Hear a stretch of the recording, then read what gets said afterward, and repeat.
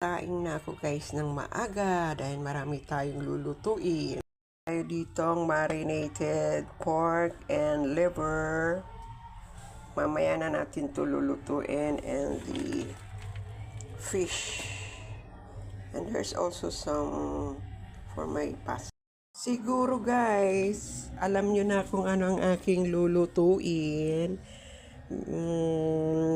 Meron pa tayo doon green peas sa loob ng ref. Kukunin natin. Alam nyo na, ayan ang mga clue natin. Magluluto tayo ng special menu. Ayan ang ating green peas. Ram green peas bikini man. Ayan. Marami na tayong na-adds dyan, ha. I have some grapes here.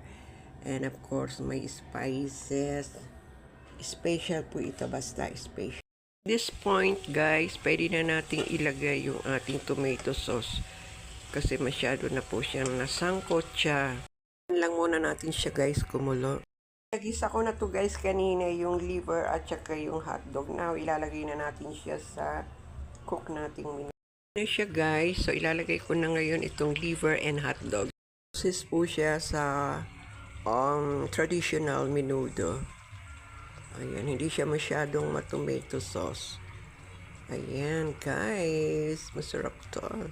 At meron na po siyang liver, at yung ibang part ng liver po ay nadurog na siya, kaya it will serve as already yung mga nilalagay natin na liver spread. Guys, mag-overpower na pag nilagyan na natin siya ng liver spread. Since meron na po siyang liver talaga, pork liver, naginis ako prior to this menudo. Ayan siya, guys. Very colorful.